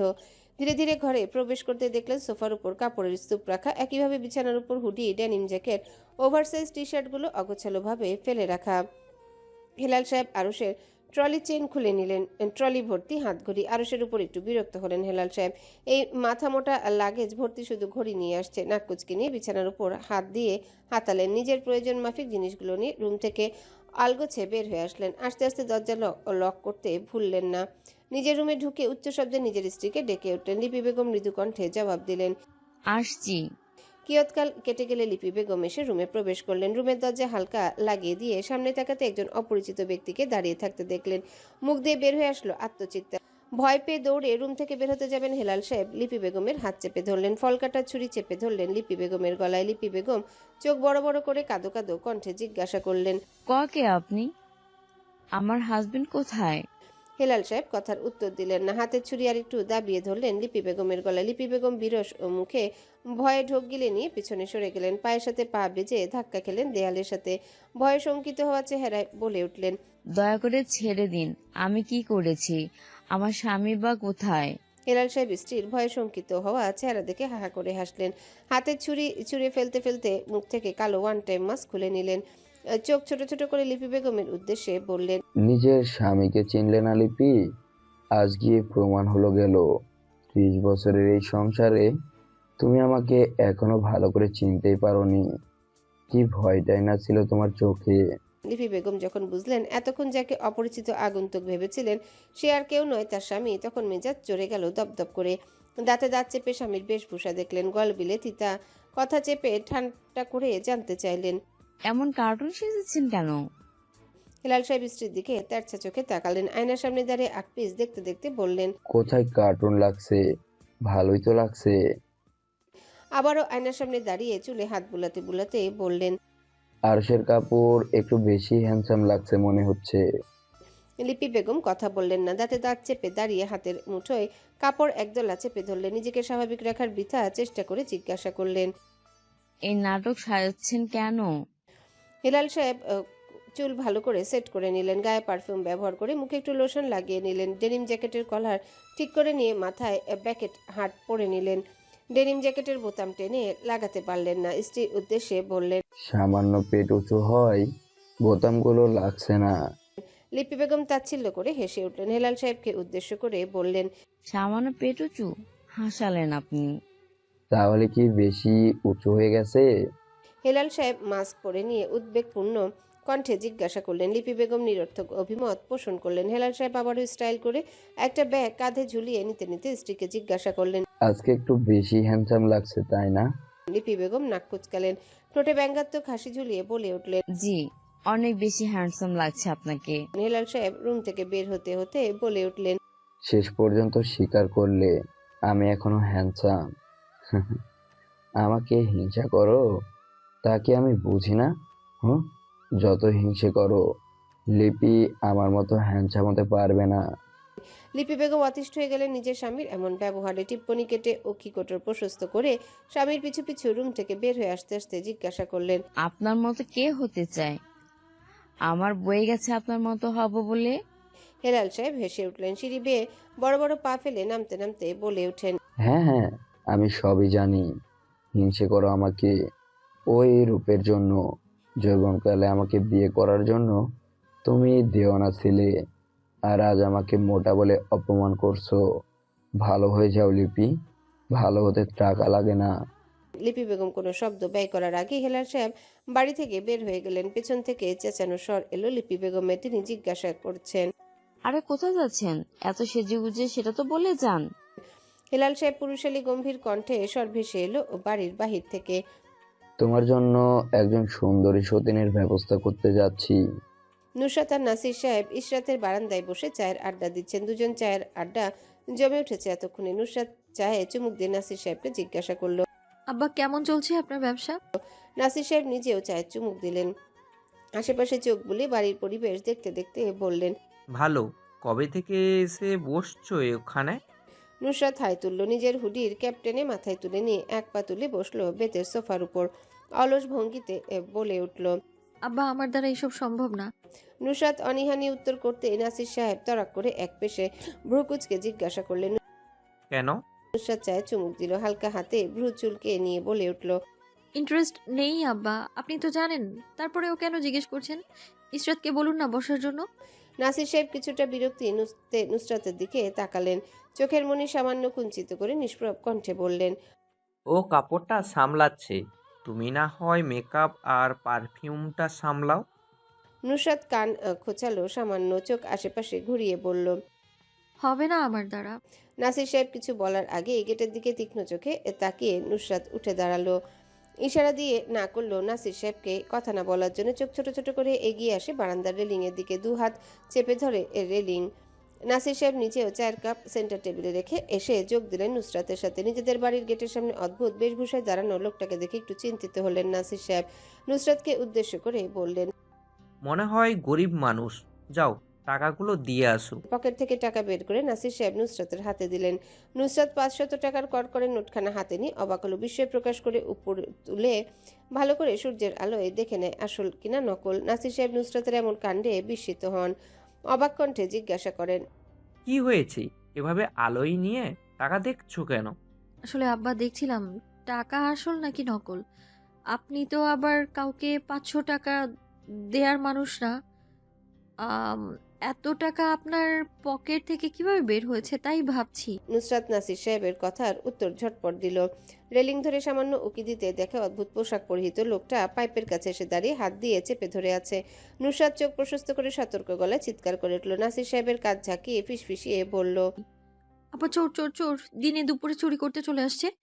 চলুন, এইভাবে আর বসে থাকা যায় না। চোরকে আপনি 500 টাকা দিতে যাচ্ছেন আর চোর আপনার বাড়ি লুটপাট করতে চলে আসছে। আজ একটা উচিত শিক্ষা দিতে হবে চোরকে। নুসরাত টেনে নিয়ে গেল নাসির সাহেবকে নিজের সাথে। বাড়ি থেকে বের হতে মাঝারি সাইজের দুটো লাঠি হাতে নিয়ে নিল সে। সতর্কতার সহিত বাড়ি থেকে বের হয়ে আসলেন নাসির সাহেব, সাথে নুসরাত। নাসির সাহেবকে নুসরাত চোখ দিয়ে ইশারা করতে নাসির সাহেব লাফ দিয়ে এগিয়ে লোকটার গলা চেপে ধরলেন নিজের হাতের ভাঁজে। লোকটা যাতে চিৎকার করতে না পারে তাই এক হাতে মুখ চেপে ধরলেন। নুসরাত লোকটার সামনে দাঁড়িয়ে হাতের লাঠিটা মাটির উপর ভর দিয়ে রেখে নাক টানলো। তারপর নাসির সাহেবের উদ্দেশ্যে বলল, আব্বা চোর তো দেখি ব্র্যান্ডের চোর, শ্যানেলের পারফিউম ব্যবহার করেছে। নাসির সাহেবের হাত থেকে বারবার ছুটার চেষ্টা করছে লোকটা। নাসির সাহেব কাঁধে হাতের কবজা দিয়ে একটা মেরে নিচের দিকে ঝুঁকিয়ে রাখলেন অদ্ভুত বেশভূষাধারী লোকটাকে। নাসির সাহেব রাগী কণ্ঠে বললেন, হয়তো ছাগলটা কোথা থেকে চুরি করেছে পারফিউমটা। নুসরাত উপর নিচ মাথা নাড়িয়ে নাসির সাহেবের কথা সমর্থন জানালো। হাতের লাঠি তুলে লোকটাকে মারতে গিয়ে থেমে গেল, তর্জনী আঙ্গুল ঠোঁটে রেখে। আব্বা এই চোর তো দেখি বড়লোকস চোর, মাথায় ব্র্যান্ডেড ব্যাকেট হ্যাট লাগিয়েছে, আবার কাপড় চোপড় সব ব্র্যান্ডেড। তাহলে আমাদের বাড়িতে কি চুরি করতে আসছে সে? নুসরাত লাঠি দিয়ে মাটিতে আঘাত করতে করতে ভাবতে লাগলো, তারপর তড়াক করে বলল, আপনাকে নয় তো? নাসির সাহেব আরেকটা কিল মারলেন লোকটার পিঠে যাতে নড়াচড়া করতে না পারে। লোকটা নুসরাতের কথায় অট্ট হাসি দিয়ে নুসরাতকে প্রশ্ন করলেন, আমাকে কেন চুরি করতে আসবে? নুসরাত চোরকে বেশি লাভঝাপ করতে দেখে লাঠি তুলে ধীরে একটা বাড়ি বসালো চোরের হাতে। তেমন একটা জোরে বসালো না। নাসির সাহেব এখনো শক্ত করে চেপে ধরে রেখেছেন লোকটাকে। নুসরাত কপালে ভাঁজ ফেলে বলল, হয়তো আপনাকে কিডন্যাপ করে আপনার সকল সম্পত্তি নিজের নামে লিখিয়ে নেবে। নুসরাতের কথায় নাসির সাহেব অট্টহাসিতে ফেটে পড়লেন। লোকটাকে নিচের দিকে আরেকটু ঝুঁকিয়ে চেপে ধরে ভাষণ দেওয়ার ন্যায় বলে উঠলেন, আরে না, আমার সব সম্পত্তির ব্যবস্থা আমি করে রেখেছি। আমি মরে গেলেও আমার সম্পত্তি তুমি আর ইসরাত ছাড়া কেউ পাবে না। নুসরাত লোকটার গায়ে আস্তে করে আরেকটা বাড়ি দিল। নাসির সাহেব চিরচিরে কণ্ঠে নুসরাতের উপর বিরক্ত হয়ে বলতে লাগলেন, কি এত ধীর মারছো কেন এই চোরকে? জোরে বাড়ি দাও যাতে আর কারোর বাসায় গিয়ে দিনে দুপুরে চুরি করার সাহস করে না। নুসরাত মোলায়েম কণ্ঠে বলে ওঠে, আব্বা দেখতে তো বুড়োর মতো লাগে, তাই আমি একটু আস্তে ধীরে বাড়ি দিচ্ছি। আপনি লাগিয়ে দেন 2-4টা। আমি আবার উত্তেজনায় বসে দুঘা লাগালে বুড়োটা একদম পগার পার হয়ে যাবে।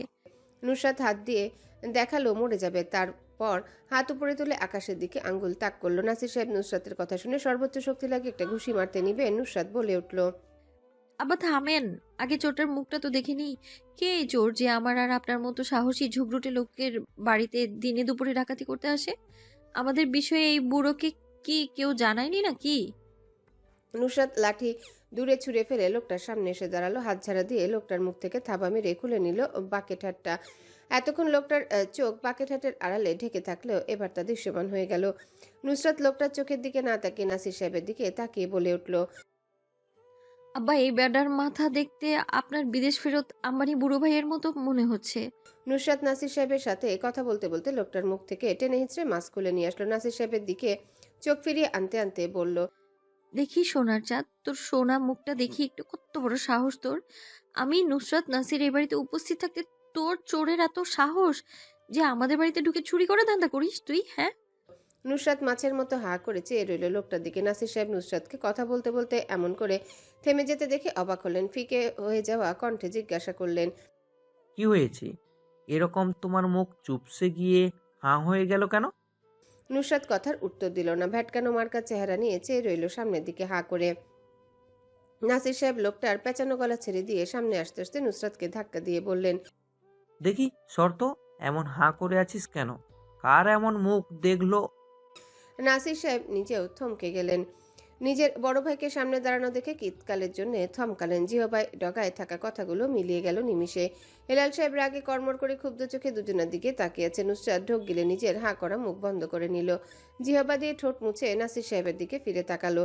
নাসির সাহেবও একই সময় নুসরাতের দিকে অপ্রস্তুত ভঙ্গিতে তাকিয়ে আছেন। বাপ মেয়ে একসাথে দুজনের দিকে তাকিয়ে মাথা নাড়ালো। নুসরাত ইশারা করলো নাসির সাহেবকে আগে কেটে পড়ার জন্য। তাই নাসির সাহেব আলগোছে হেলাল সাহেবের লাল হয়ে যাওয়া চোখের দিকে এক পলক চেয়ে নিয়ে বড় বড় পদক্ষেপে বাড়ির দিকে চলে গেলেন। নুসরাত মনে মনে নিজেকে বলল, পালা নুসরাত পালা। হেলাল সাহেবের দিকে চোখ বুলাতেই শুভ্র মুখে রাগের প্রতিফলন দেখলো। চোখ উপরে তুলতে চোখাচোখি হলো রক্তবর্ণের চোখগুলোর সাথে। নুসরাত নাসির সাহেবের পেছন থেকে প্রশস্ত গলায় চিৎকার করে ডেকে উঠল, আব্বা, ও আব্বা, আমাকে একা রেখে আপনি পালাচ্ছেন? আমায় নিয়ে যান। আমি নিষ্পাপ বাচ্চা, কি করেছি আমি? নিজের বাচ্চা মেয়েকে কেউ এভাবে একা রেখে পালায়? আপনার বিবেকে নাড়া দিল না? নুসরাত উচ্চ শব্দে চেঁচিয়ে উঠে হেলাল সাহেবকে না দেখার ভঙ্গিতে পাশ কাটিয়ে দৌড়ে সামনের দিকে চলে গেল। আকাশে থেমে থাকা মেঘ জমেছে। থেকে থেকে সেই মেঘ ডেকে উঠছে একটু পরপর। বৃষ্টি আসার তোড়জোড় চলছে ভালোভাবে। নাসির মঞ্জিলের ড্রয়িং রুমের পর্দা বাতাসের তোপে আঁকাবাঁকা হয়ে নিজ মনে দোল খাচ্ছে। ঝিরিঝিরি বৃষ্টি নীল দিগন্তে পড়তেই ঠান্ডা আবহে এসে প্রবেশ করলো নাসির মঞ্জিলে। বিদ্যুৎ সংযোগ ছুটল তখনই। শীতল গা হিম বাতাস এসে প্রবেশ করলো থাই গ্লাস হয়ে ফরফর করে। সেই বাতাসের সাথে নাসির সাহেবের শীতল দৃষ্টি এসে পড়ল নুসরাতের উপর। নুসরাত নিজেও চোখ বড় বড় করে নিজের বাবার দিকে তাকালো। নাকের পাটাতন ফুলে উঠল তৎক্ষণাৎ। নাসির সাহেব নিজেও মেয়ের দিকে চেয়ে আছেন নাক ফুলিয়ে। গর্জে উঠে বললেন, সব দোষ তোমার। নুসরাত নিজেও গর্জে উঠল। রাগের বহিঃপ্রকাশ ঘটল তাৎক্ষণিক। নিজেও চিৎকার করে বলে, সব দোষ আপনার আব্বা। নাসির সাহেব নুসরাতকে শুধরে দিয়ে বললেন, না, সব দোষ তোমার। জি না আব্বা, সব দোষ আপনার। আপনি আগে দেখলেন না কেন? নাসির সাহেব নিজের মুখের ঘাম হাত দিয়ে মুছে নিলেন। নুসরাতকে বললেন, আমাকে দোষ দিচ্ছ কেন? তুমি দেখতে পাওনি চোরটা আসলে কে? নুসরাত দ্বিগুণ জোরে চিৎকার দিয়ে উঠল। শক্ত কণ্ঠে বলল, আপনি দেখলেন না কেন যে চোরটা আপনার শ্রদ্ধেয় বড় ভাই? এখন আমাকে দোষ দিচ্ছেন কেন আপনি? হ্যাঁ আব্বা, মেনে নিন সব দোষ আপনার। নাসির সাহেব মানলেন না। নুসরাতকে দোষারোপ করে বলে উঠলেন, হ্যাঁ, বললেই হলো, সব দোষ তোমার। আমি তো চোর বলিনি, তুমি আগে বলেছ চোর। আব্বা, আমি চোরকে আগে দেখিনি, আপনি আগে দেখেছেন। নুসরাত, অস্বীকার করো না। তুমি কি মিথ্যাবাদী? এখন আমাকে ফাঁসিয়ে দিচ্ছ। দোষ তোমার আর চাপাচ্ছ আমার উপর। তুমি আগে দেখেছিলে। আমি তো আরো মানবতা দেখিয়ে কিছু টাকা দিতে চাইছিলাম, কিন্তু তুমি চোর বলে লাঠি নিয়ে বের হয়ে গেলে বড় ভাইকে মারতে। নুসরাত চোখ তীক্ষ্ণ করে বলে ওঠে, আব্বা, কি মিথ্যাবাদী আপনি! নিজের নিষ্পাপ ভোলা ভালা চেহারার নাদান বাচ্চাকে ফাঁসিয়ে দিতে লজ্জা করলো না আপনার? এত বড় আরব দিতে পারলেন আপনি বেঁচে থাকতে? কি করে আমি বেঁচে থাকবো এখন? একদম আরাম করে বেঁচে থাকবো সারা জীবন। আপনি মানতে বাধ্য আব্বা, সব আপনার কারণেই হয়েছে। নাসির সাহেব নুসরাতকে মুখ ঝামটা দিয়ে অস্বীকার করলেন তিনি এরকম কিছু করেননি। এতে তার কোনো দোষ নেই। নুসরাত নিজেও বুকে আড়াআড়ি হাত বেঁধে মুখ ফিরিয়ে রাখলো। শরীরের প্রতিটা শিরা উপশিরা সোজা করে টানটান হয়ে দাঁড়িয়ে রইল নিজেকে সত্য প্রমাণ করার জন্য। সময় কাটালো দুজন। চুপচাপ দাঁড়িয়ে থাকতে থাকতে পা ব্যথা শুরু হলো। আলগোছে দুজনকে পাত্তা না দিয়ে গিয়ে বসে পড়লো সোফায়। নুসরাত পায়ের উপর পা তুলে বসতে বসতে পকেট থেকে নিজে সাদা ফ্রেমের চশমা বের করলো। চোখে লাগিয়ে ভাব নিয়ে সোজাসুজি হয়ে বসে রইল। নাসির সাহেব নিজেও এরকম করলেন। মম আর আহানের আগমন ঘটল তখন দোতলা থেকে। দূর হতে বাপ মেয়ের অদ্ভুত কাণ্ড কারখানাগুলো লক্ষ্য করলো দুজন। একজন আরেকজনের দিকে তাকিয়ে ভ্রু বাঁকিয়ে চলে গেল কিচেনের দিকে। নাজবিন বেগমের সন্নিকটে দাঁড়িয়ে আহান ফিস ফিস করে ডেকে উঠল, মেজো আম্মু দেখে যাও, মেজো আব্বু আর আপু মিলে ড্রয়িং রুমের কি একটা নাটক জুড়ে দিয়েছে। নাজবিন বেগম পাত্তা দিলেন না। নিজের কাজে একান্ত ব্যস্ত হয়ে বিনা উদ্বেগে আওড়ালেন, বাপ মেয়ে যা ইচ্ছে করুক, তোরা দুজন শুধু দূরে থাক, আর কিছু করিস না। এই উপকারটা কর আমাকে। আহান নাজবিন বেগমের কাজ জড়িয়ে ধরল। মম নিজেও অন্য পাশে জুড়ে নিল নাজবিন বেগমের। দুজন সতর্কতার সহিত চোখাচোখি করে নিল। মম বলে উঠল, মেজো মামনি, কিছু একটা গন্ডগোল আছে। নুসরাত আর মেজো মামা মিলে নির্ঘাত কোনো কিছু করেছেন, না হলে নুসরাত এভাবে চুপ করে বসে থাকার মানুষ না। নাজবিন বেগম সিঙ্কে বাটির স্তূপ রাখলেন, হাত ভালো করে পানি দিয়ে পরিষ্কার করে নিলেন, তোয়ালে হাতে নিয়ে অবশিষ্ট হাতের পানি মুছে অগ্রসর হলেন ড্রয়িং রুমের দিকে। মম আর আহানও পিছু পিছু যেতে শুরু করলো। নাজবিন বেগম স্বামীর সামনে সোফায় বসে জিজ্ঞাসা করলেন, কি হয়েছে? নাসির সাহেব আর নুসরাতের সরু দৃষ্টি একসাথে এসে পড়ল নাজবিন বেগমের উপর। নাজবিন বেগম কপাল কুঞ্চিত করে স্বামীর দিকে তাকিয়ে রইলেন প্রশ্নের উত্তর পাওয়ার আশায়। নাসির সাহেব একটু সময় নিয়ে দীর্ঘশ্বাস ফেললেন, স্ত্রীর দিকে ঘোলাটে চোখে চেয়ে আড়ষ্ট গলায় আওড়ান, বড় ভাইকে চোর ভেবে নুসরাত লাঠি পেটা করেছে। নাজবিন বেগম মুখ চেপে ধরলেন। মম আর আহান আতঙ্কে দুজনার মুখ চাওয়াচাই করলো। ইশরাত পেছন থেকে শঙ্কিত গলায় আতকে উঠে ডেকে উঠল, নুসরাত।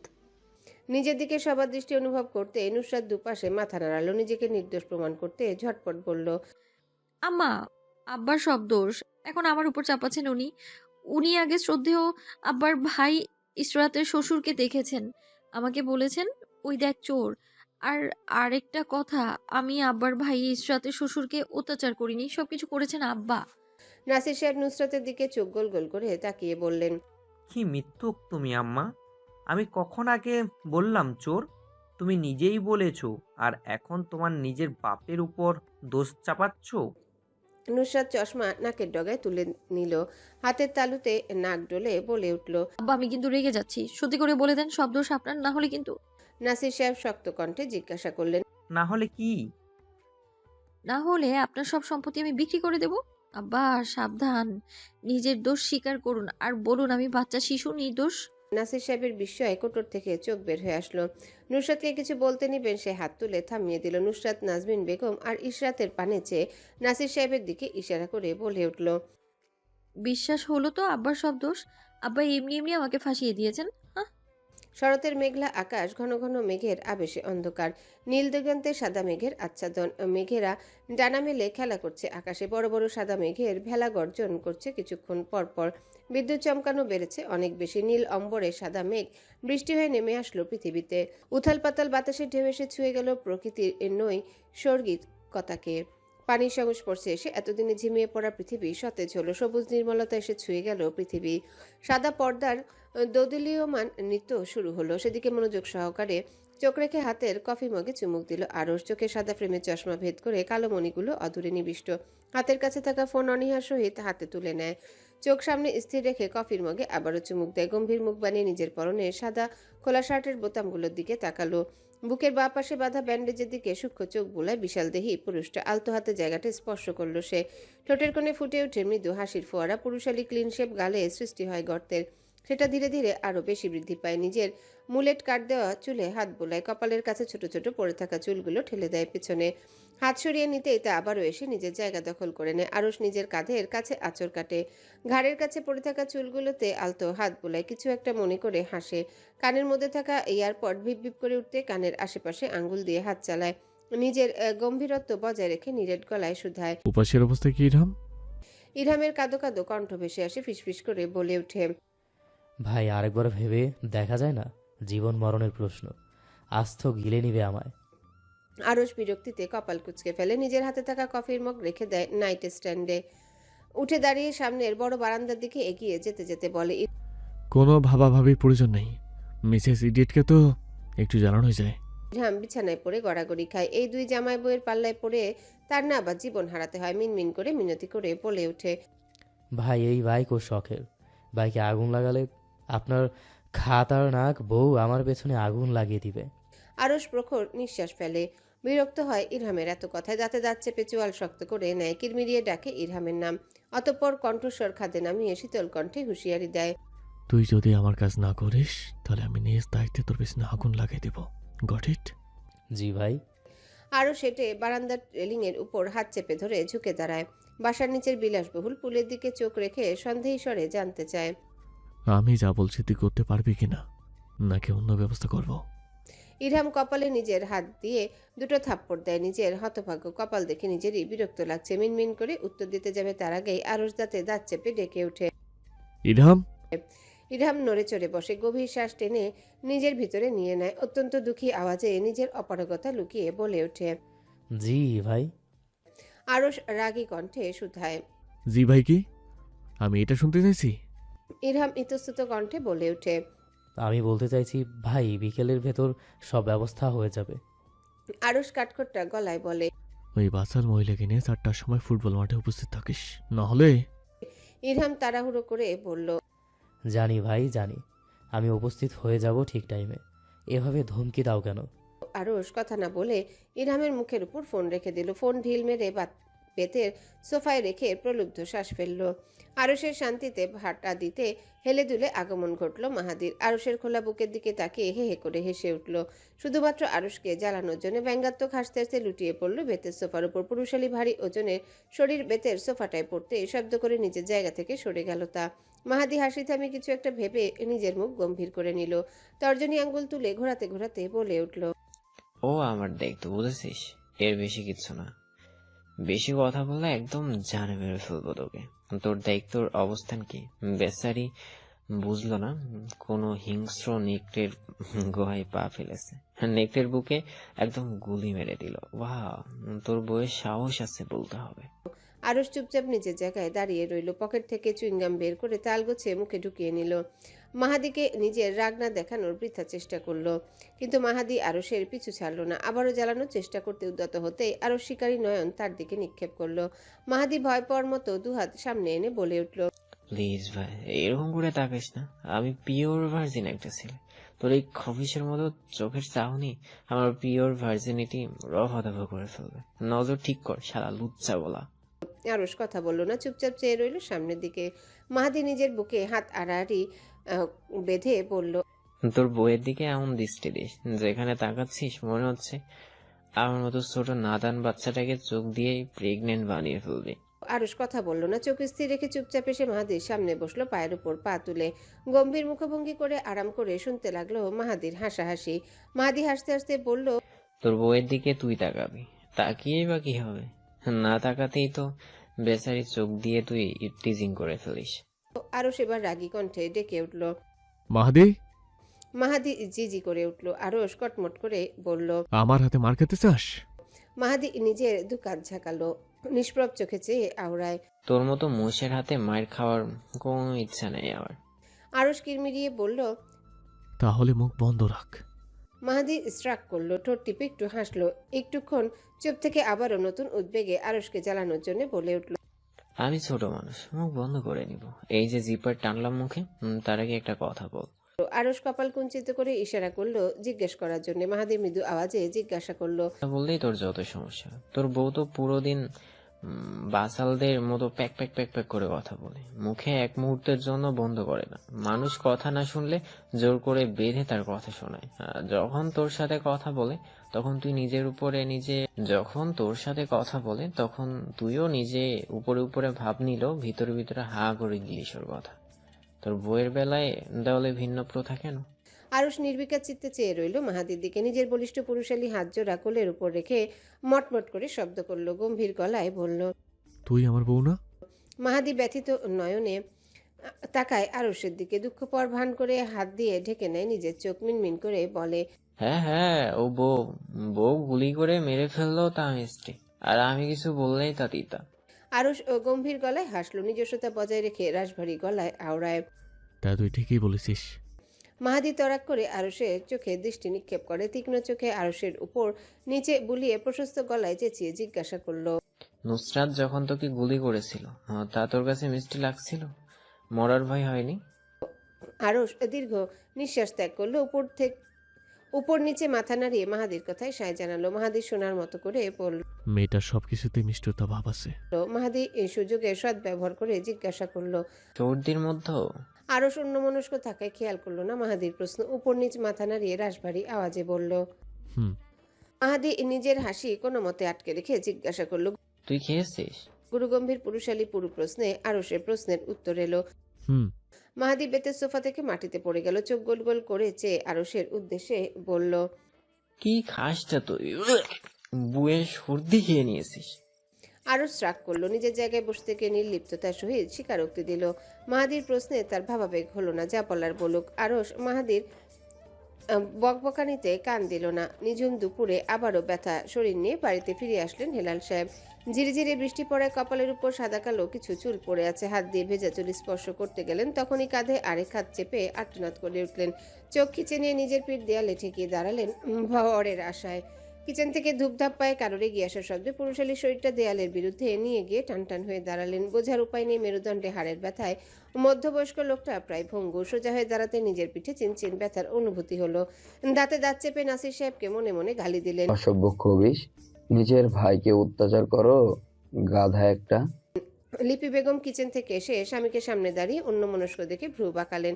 কি এমন হলো তার গুণধর স্বামী, যিনি সবসময় সবাইকে চিন্তা প্রধান করেন, আজ তার মুখেই চিন্তা। বিষয়টা আশ্চর্যজনক লাগছে লিপি বেগমের নিকট। কাছে এগিয়ে এসে স্বামীকে কিছু বলতে নিবেন, কথা কেটে দিলেন হেলাল সাহেব। আদেশ দিয়ে বললেন, গরম পানি নিয়ে এসো, কোমর ব্যথা করছে। নিজের আদেশ জারি করে কোমরে এক হাত চেপে উপরে উঠে গেলেন। কোমরের হাড্ডির মটমট শব্দ, মনে হলো এক্ষুনি তা ভেঙে হাতে চলে আসবে হেলাল সাহেবের, কিন্তু তেমন কিছুই হলো না। তিনি ভালোই নিজের রুম পর্যন্ত চলে গেলেন। দেবী আরাম করে শুয়ে পড়লেন ও বিছানায়, তবুও হাড্ডি হাতে আসলো না। কিয়ৎকাল অতিবাহিত হওয়ার পর লিপি বেগম মাথা ওড়না টেনে রুমের ভেতর প্রবেশ করলেন।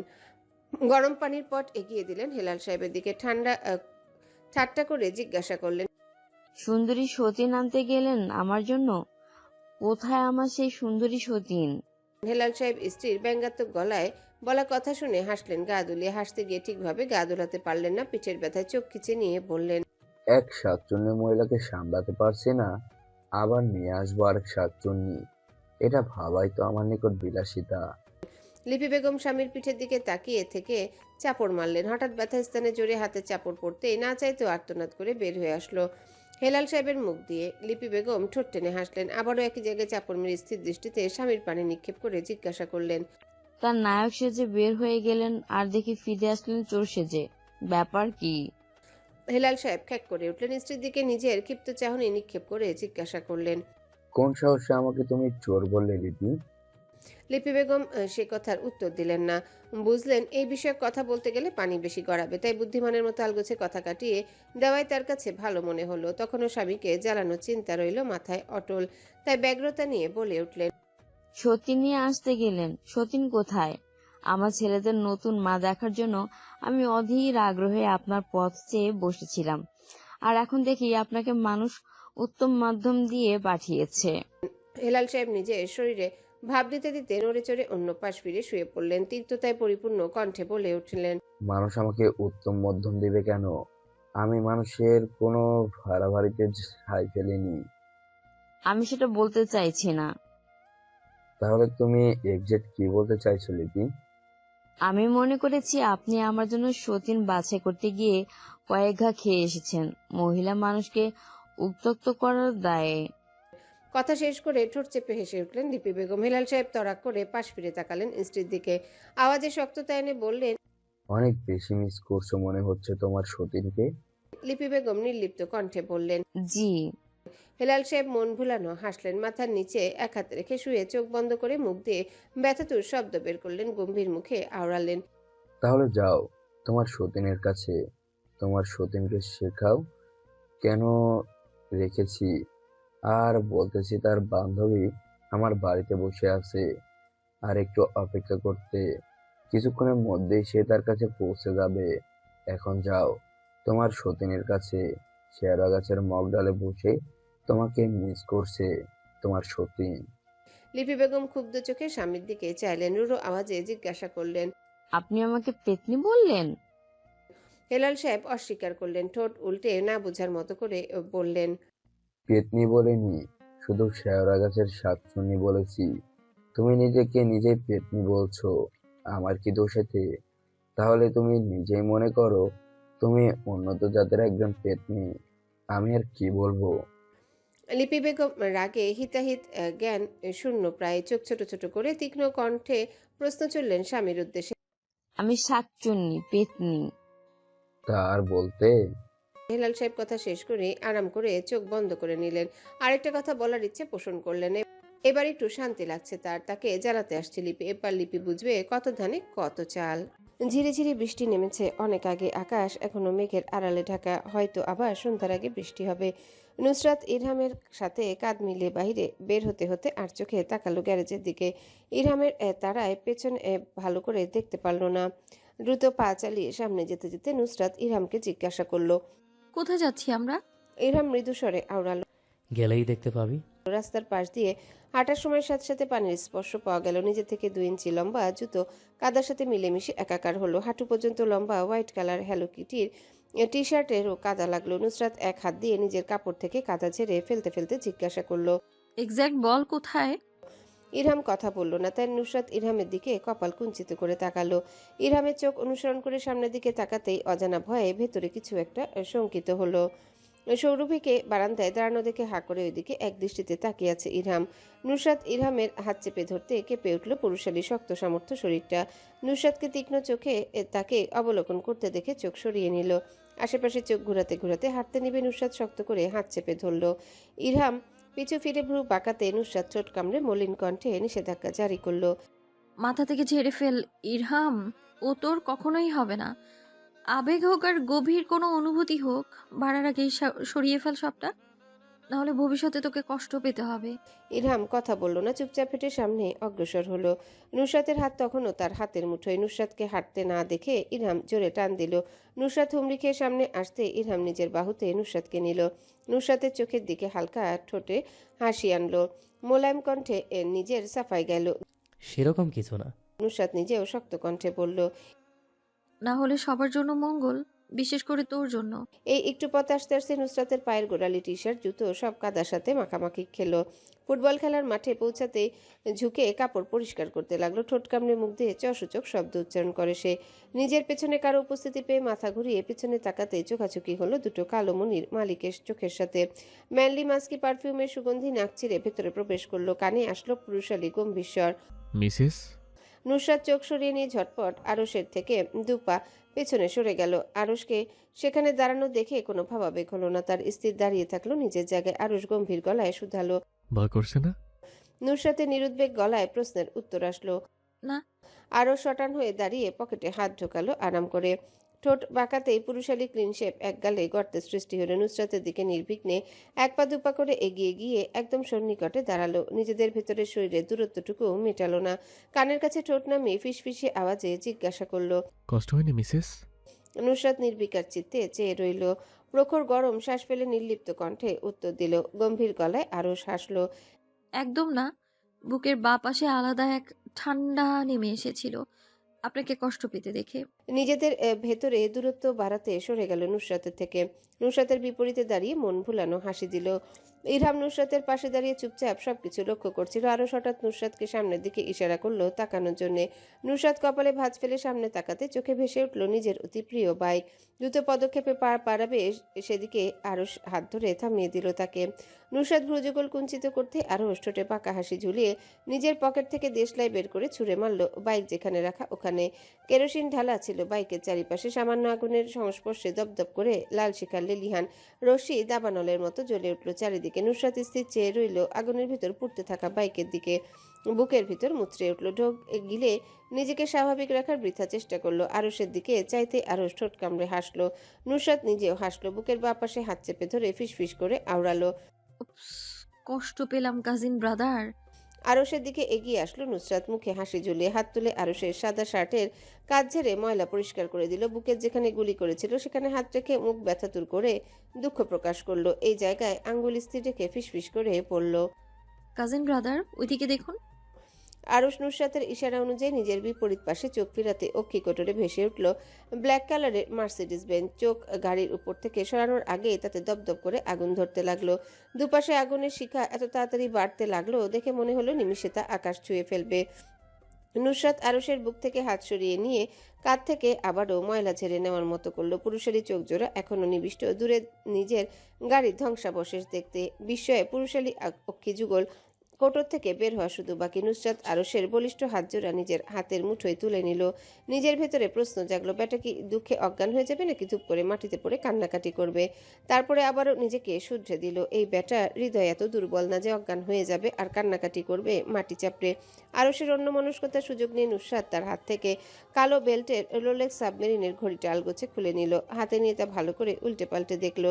নিজের কাছে মনে হলো এটা একটা অকেজো জিনিস। ছোট চোখা করে সেটা কিয়ৎকাল অবলোকন করলো যদি বিশেষ কিছু সন্ধান পায়, কিন্তু কোনো কিছু সন্ধান না পেয়ে বিরক্তিতে ভ্রুকুচকে অনীহা নিয়ে ঢিল মেরে তা আগুনে শিখার মধ্যে ফেলে দিল। আরও শতবিহবল চাহনি নুসরাতের দিকে নিক্ষেপ করলো। পুরুষালী শক্ত রাগী চোখের চাহনি নিজের উপর উপলব্ধি করে নুসরাত বোকার মতো আরশের পানে চাইল। এমন ভাব নিল যে সে কিছুই বুঝে না, এখানে কি হচ্ছে তা তার মতো বাচ্চার বোঝার বাহিরে। নুসরাত আরশের থেকে দূরে সরে যেতে যেতে আওড়ায়, আশা করি আজকে রাতে অনেক ভালো ঘুম হবে মিস্টার ব্রাদার। নুসরাত এই কথাটুকু শেষ করে নিয়ে পা বাড়ালো বাড়ির দিকে। ইরহামকে বগল দাবা করে যখন সামনে অগ্রসর হলো তখন নাকের পাটা ফুলিয়ে কিরমিরিয়ে বলল, হ্যালো বন্ধুরা, পরবর্তী পার্ট খুব তাড়াতাড়ি আসবে, তো সবাই অপেক্ষায় থাকো। আর চ্যানেলটি যারা এখনো সাবস্ক্রাইব করোনি তারা পরবর্তী পার্ট দেখার জন্য চ্যানেলটি সাবস্ক্রাইব করে রেখো। ধন্যবাদ সবাইকে, আমাদের সাথেই থেকো।